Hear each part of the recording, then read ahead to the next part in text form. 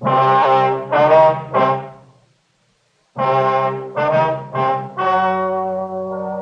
story you are about to hear is true. The names have been changed to protect the innocent. Fatima Cigarettes, king size, extra mild and soothing, brings you Dragnet on both radio and television.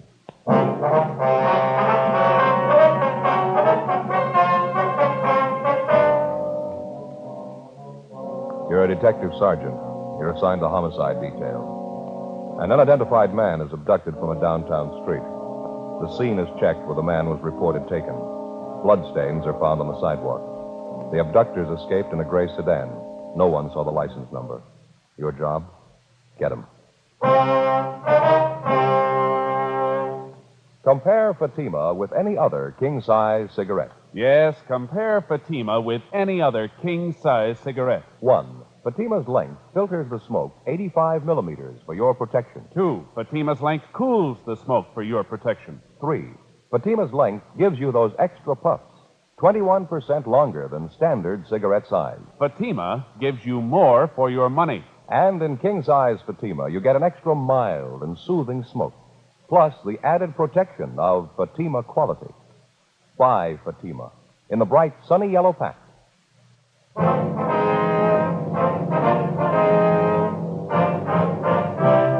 Dragnet, the documented drama of an actual crime. For the next 30 minutes, in cooperation with the Los Angeles Police Department, you will travel step by step on the side of the law through an actual case transcribed from official police files. From beginning to end, from crime to punishment, Dragnet is the story of your police force in action. It was Monday, March 18th. It was overcast in Los Angeles. We were working the night watch out of homicide detail. My partner's Frank Smith. The boss is Captain Lorman. My name's Friday. It was 6:48 p.m. when we got to the corner of 11th and South Pierce Street, the 797 Club. Sorry, no more service tonight. Closing up. Your name, Leon Morley? Yeah, I can't serve you any drinks, so closing up. Police officers, Mr. Morley. I'd like to talk to you a minute, if you don't mind. Oh, I'm sorry. I thought maybe you were after a drink. We were just talking to the officers in the radio car up the street, the car that answered the call out here tonight. They told us you were one of the people who saw what happened. Well, yeah, I guess I did. I saw part of it anyway. Lousy deal. Kind of thing makes your ulcers pop. That's why I'm closing down early, going home. We're following through in the investigation, Mr. Morley. I'd like to have you tell us everything you know about it, if you would, everything that you saw. I told the cops in the radio car everything I know. It was about 6 o'clock, and I heard this big commotion out in the street. I didn't know what it was. Sounded like somebody was hurt. I went out and took a look. Marie in the beauty shop next door, she was outside rubbernecking, too. She saw as much as I did. You talked to her? Yes, sir, we have. She wasn't too clear on some of the details. Maybe you can straighten it out for us. I'm glad to if I can. What do you want to know? You mind telling us in your own words just exactly how it happened? I mean, how you saw it? Well, there's not an awful lot to it. I was working behind the bar here, and it was around 6 o'clock, like I say, maybe a couple of minutes after. I was just fixing up a round of drinks for some fellows when I heard this noise outside. Yeah. Didn't know what it was at first. It sounded like somebody screaming like they were hurt. You said you heard this commotion outside the bar about 6 o'clock. Yeah, that's right. Well, I didn't go out right then. I finished mixing the round of drinks. First, I thought the racket was just a couple of early drunks, but it kept on. A man screaming. It got louder, and I decided to take a look. Mm-hmm. I went out and looked down the street a couple of doors, down toward the corner. Which corner is that, Mr. Morley? The nearest one, down to the left.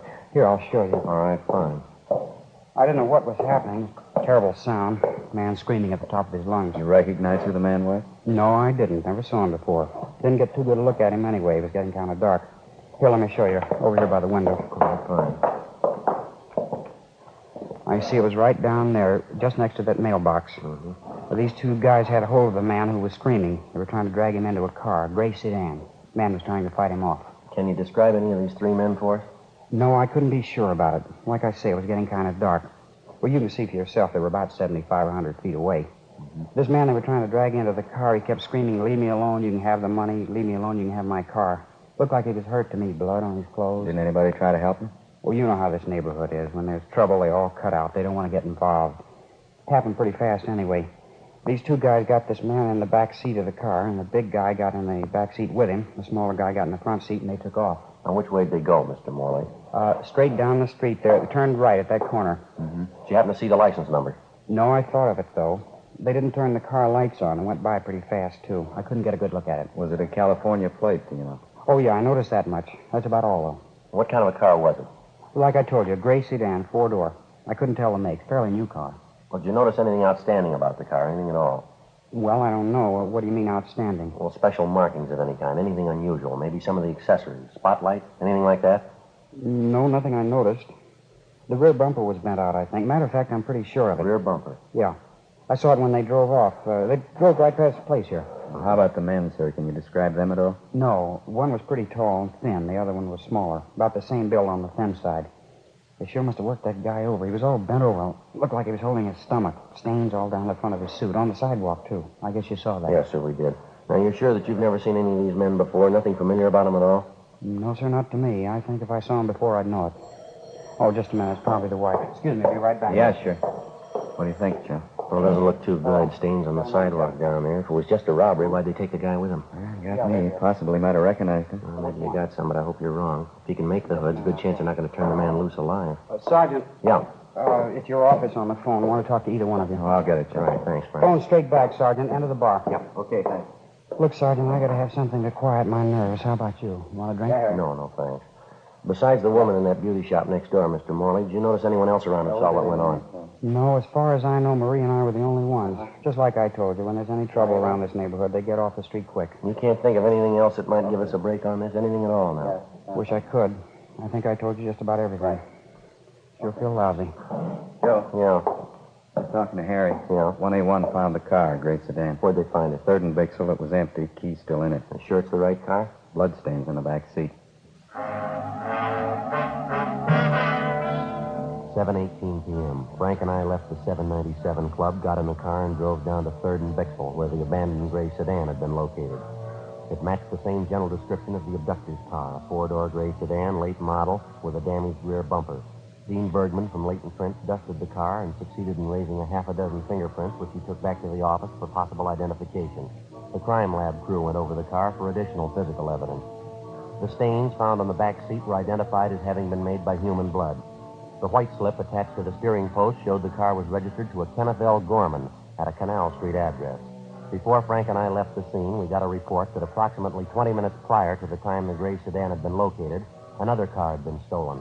It was a maroon, late model Club Coupe, license 7-Tom 7972. It had been taken in the same neighborhood, less than 2 blocks from where the gray sedan was abandoned.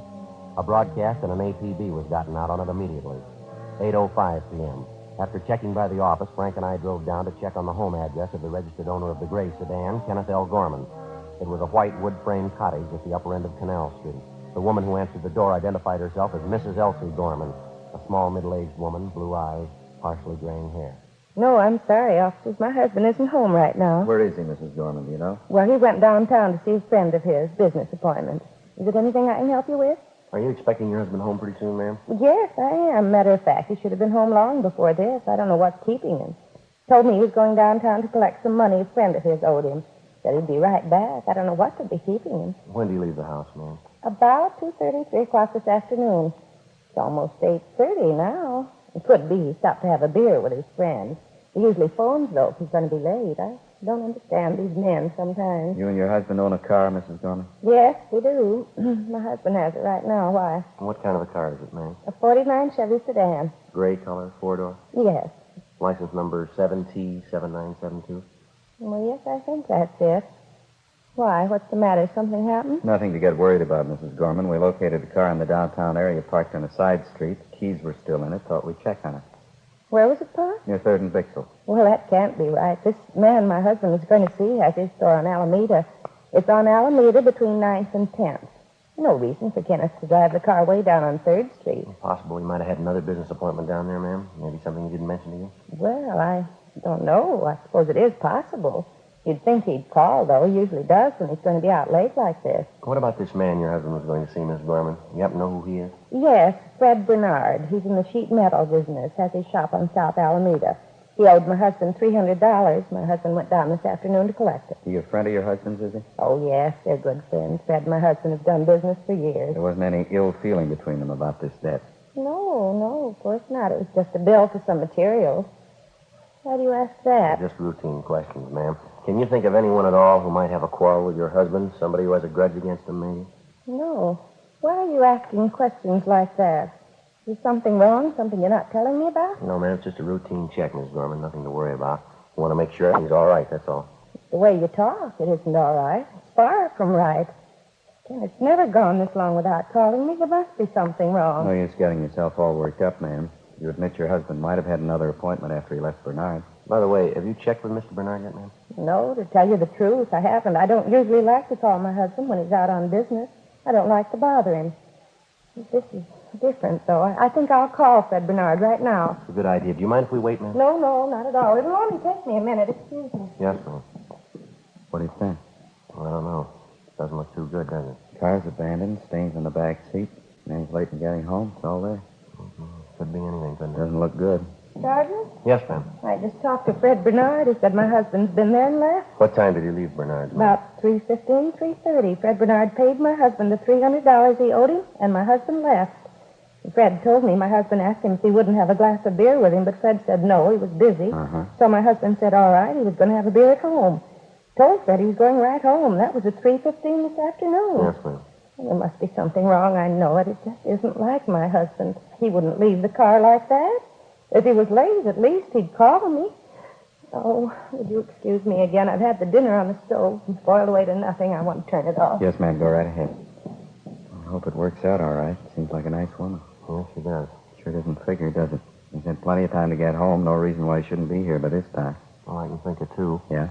An empty car and $300. We continued interviewing the wife of the missing man, Kenneth Gorman, and she told us that occasionally he did some drinking at neighborhood bars. She also told us that when her husband drank quite a bit in public places, he was over-friendly and he liked to brag and flash money. Mrs. Gorman got on the phone, contacted all their friends and relatives who happened to be home, but none of them had seen or heard from Mr. Gorman that day. Before Frank and I left, Mrs. Gorman gave us a complete description of her husband, the clothing he was wearing, and also a recent photograph of him. We called Fred Bernard, the friend of the missing man, the last known person to see him, and told him that we'd like to talk to him. He told us that he was working late, getting out a rush order, and that we could find him in his shop. 9:05 p.m. We located Bernard at his shop on South Alameda. Won't take long, will it? An awful rush tonight. Won't take long, sir. Did Mr. Gorman give you any idea where he was going when he left here this afternoon? No, just like I told his wife on the phone. I paid him the money I owed him. He asked me if I wanted a beer, took a rain check on it, and he left. Went right out that door there. You seem worried about anything, Mr. Gorman? No, not that I could see. Seemed all right to me. Had he been drinking, do you know? No, couldn't say. If he was, I couldn't smell it on him. Is there anything unusual about him at all? Anything out of the ordinary? No, the same old Ken. Pretty good mood when I paid him. There's $300 cash. He's all dressed up. I guess you might call that unusual. How do you mean, unusual? Well, Ken's like me. Working man, not much of a dresser. Usually find him in working clothes. I think it's the second time I ever saw him in a suit. A new one, too. Looked nice on him. He didn't give you any indication at all where he might be going, did he? No, he just collected his money and went out. I thought maybe he was going home. What did Miss Gorman tell you? Did you have any idea where he is? No, sir. She told us he came down here to collect some money. She expected him right home. We're not trying to be nosy, Mr. Bernard, but how do Gorman and his wife get along? They're pretty happy together? Yes, I guess you might say that. Get along as well as you could expect them to. What do you mean by that? Nothing. Ken's he's a fellow who likes his nightlife. Wife's just the opposite, quiet type. Almost left him once. Guess they're getting along pretty good now, though. Why'd she almost leave him? Would you happen to know? Well, she found him out with a girlfriend. Matter of fact, she caught him at a terrible row. Didn't understand any of it. The girlfriend wasn't much at all. Real lush. You know the girl's name? Yeah, I met her twice. Name's Elaine something. She works at a cafe 3 blocks from here. Real lush. She sure took me. You know if Gorman's been seeing her lately? Well, he says he hasn't been. I don't know. I never can tell when he's drinking, though. Didn't his wife mention the girl at all? No, I guess she wouldn't. It's been a terrible thing for her when she found out. Terrible. How long ago was all this, Mr. Bernard? I mean, this affair Gorman had with this girl. Oh, 6 weeks, maybe 2 months ago, just about that. I tell you, it was the queerest thing I ever saw. Ken has a nice, quiet wife of his at home, and they get along fine together, never fought, never quarreled. And he picks up with his girl Elaine, sure different. How's that? A real mean girl. 2 of them fought all the time. 9:40 p.m. We left Fred Bernard at his shop, drove to the restaurant where Gorman's girlfriend reportedly was working as a waitress, and we checked with the manager. He told us a girl by the name of Elaine Summerall had been employed there, but that she'd been fired for drinking on the job. He also told us that he had reason to suspect that Elaine Summerall was not the girl's true name. We showed the cafe manager a picture of Mr. Gorman, and he identified it. He said Gorman had been in that afternoon inquiring about the Summerall girl. Gorman had asked for the girl's forwarding address, but the manager told us that he'd thrown it away. We left our card with him and asked him to contact us immediately in the event the girl returned. 10:18 p.m. We drove back to the city hall and checked in at the office. We ran the name and description of the Summerall girl through R&I, and they told us they had a Summerall girl in the files who answered the description. Elaine Summerall, alias Elaine O'Donnell, alias Elaine Shellman. There were wants out on her for forgery, 3 counts, and grand theft merchandise. We signed out of the office, went across the street to the Federal Cafe, and had a sandwich and a cup of coffee. Wouldn't look so rough if it wasn't for the stains they found in the back seat of that car. It's hard to get around it. Points to more than robbery, doesn't it?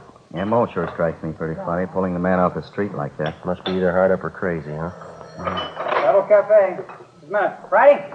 Yeah. Phone. Right, thank you. I'll be right back, Frank. Yeah, Friday talking. Yeah, Glenn. Where? How long ago? Yeah, I see, huh? There wasn't, huh? Yeah, we'll roll on it right now.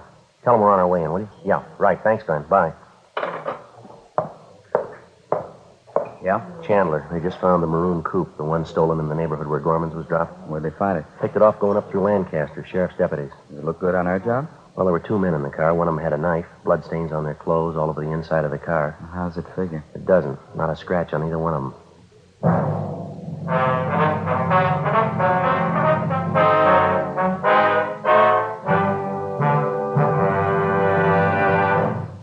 You are listening to Dragnet, authentic stories of your police force in action.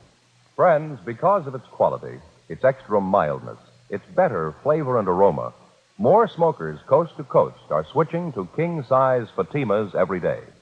Yes, more smokers coast to coast are finding that in Fatima, the difference is quality. Now, here's the practical way to prove Fatima quality yourself. Compare Fatima with any other king-size cigarette. 1.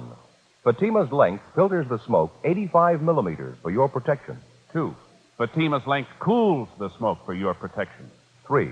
Fatima's length gives you those extra puffs, 21% longer than standard cigarette size. Fatima gives you more for your money. And in king-size Fatima, you get an extra mild and soothing smoke, plus the added protection of Fatima quality. Remember, more and more of your friends are switching to king-size Fatimas. Compare them yourself. King-size Fatima, extra mild and soothing, plus the added protection of Fatima quality. Look for the bright, sunny yellow pack. Buy king-size Fatima.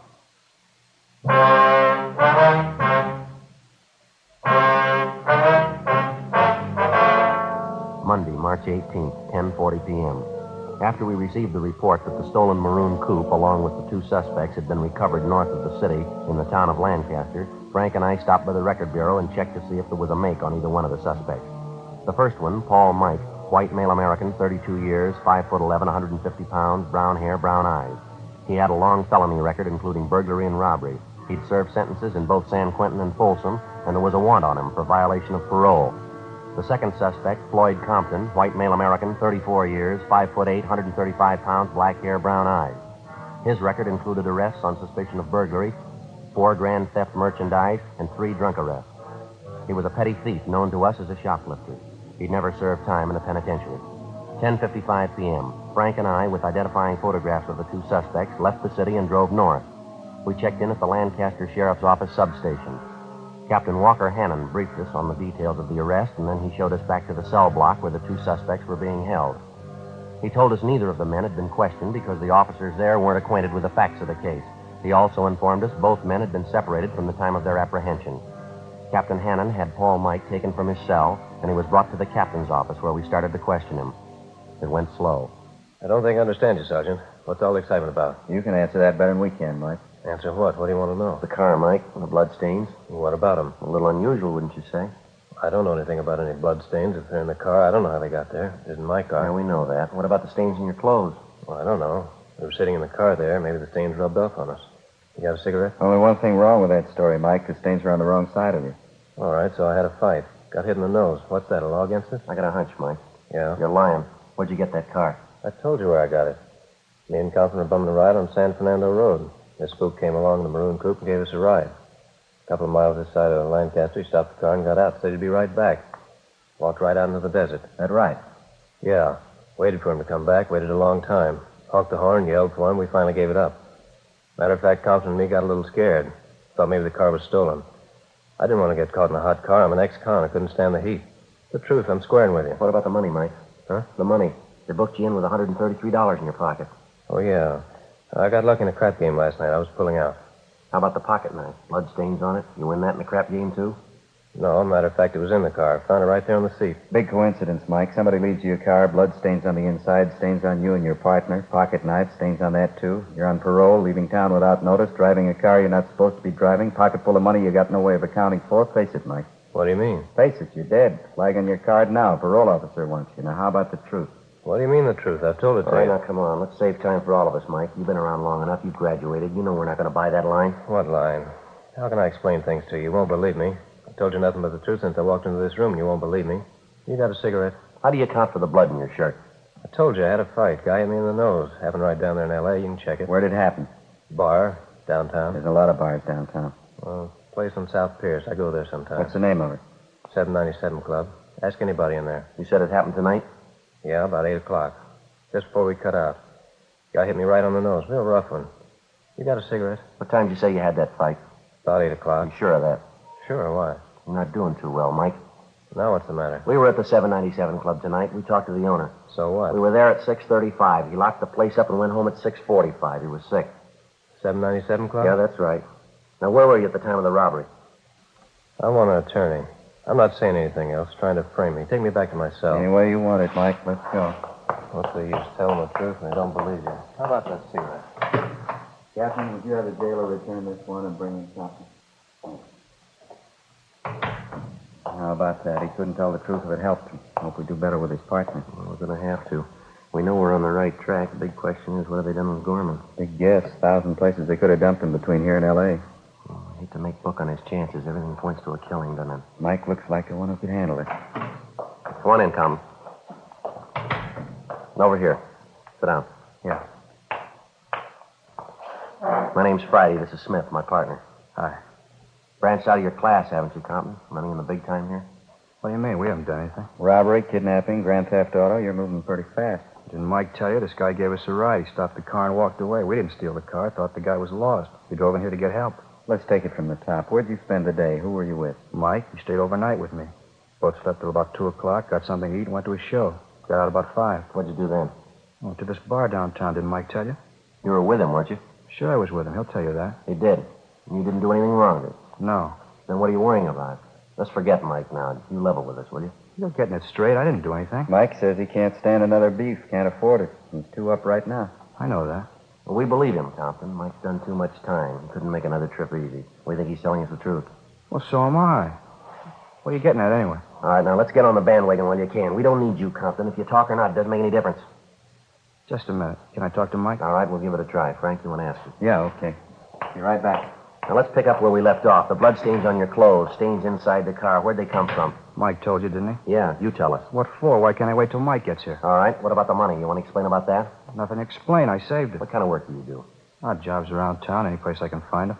You say you got up at 2, you had something to eat, you went to a show, and you got out about 5 o'clock. Is that right? Yeah, that's right. When'd you go to the 797 Club? Right after the show, about 5 o'clock. How long did you stay there? About an hour, till about 6 o'clock. Anything unusual happen while you were in the bar? What do you mean? Anything unusual, anything out of the ordinary? Oh, Mike and me sat there, talked, had some drinks. Pretty dead place. Decided to take off for Reno. Mike's got a friend up there, good friend. Thought maybe he'd get the both of us jobs. Compton? Yeah? Where's Mike? I told him you wanted to talk to him. He said he didn't want to see you. I took him out to feed him. Told me to tell you he'd see you in court.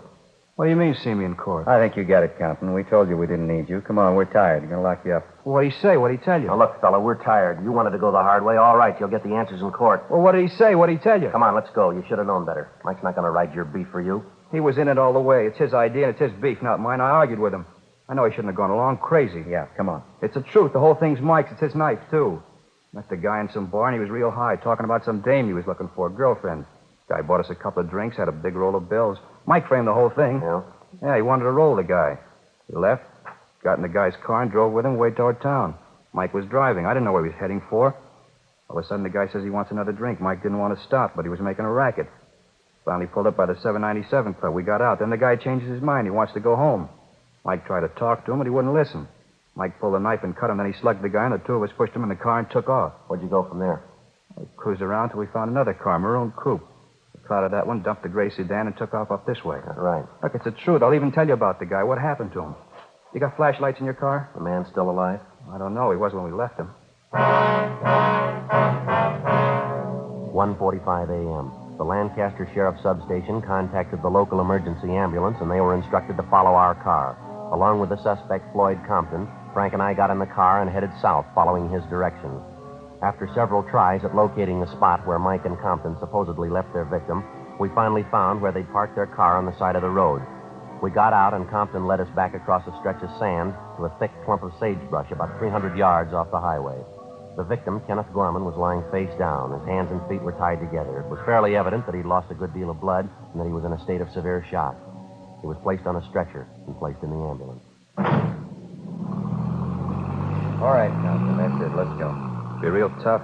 Sure glad he ain't dead. Yeah, sure. Come on. Where are we going now? Back to the sheriff's office. Want to take your statement. Okay with me. There's one thing I want. One more thing. Yeah? That lousy Mike. I want to be there. I want to see him. How's that? Trying to load this thing on me. I want to see his face when you tell him. Can't wait to see it. Yeah, neither can we.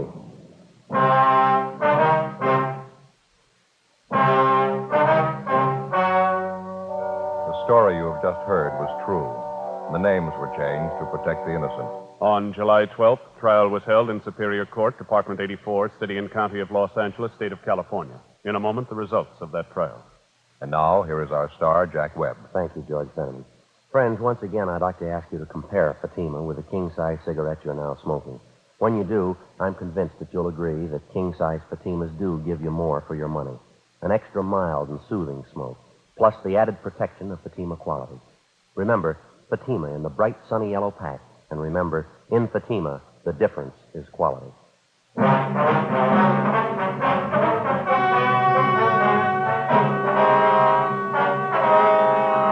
Paul Mike and his accomplice, Floyd Compton, were filed on for violation of Section 209 of the Penal Code, kidnapping for the purpose of robbery, and Section 211 of the Penal Code, robbery in the first degree. They were also filed on for one count of grand theft auto. They were tried and convicted and received sentences as prescribed by law. Kidnapping for the purpose of robbery, where bodily harm is inflicted, is punishable by the death sentence or life imprisonment without possibility of parole. Robbery is punishable by imprisonment from 5 years to life. Grand theft auto is punishable by a prison term of not less than 1 nor more than 10 years. The victim, Kenneth Gorman, finally recovered after more than 3 months in the hospital. Ladies and gentlemen, next week, Dragnet presents a trilogy. 3 documented case histories of vital importance to all of us. This trio of authentic stories is both tragic and terrifying. Please try to hear Dragnet next week when we present our trilogy.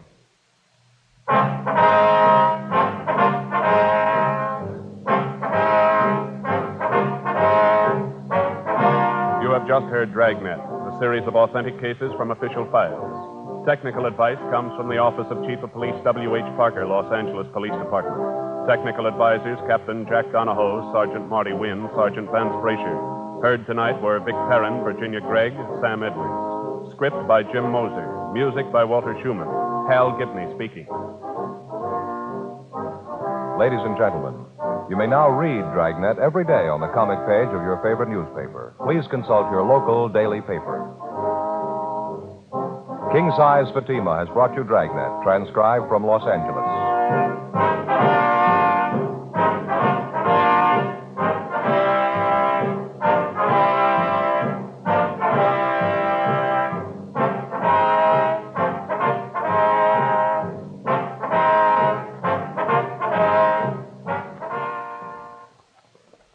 Adventure is yours tonight with Counter Spy on NBC.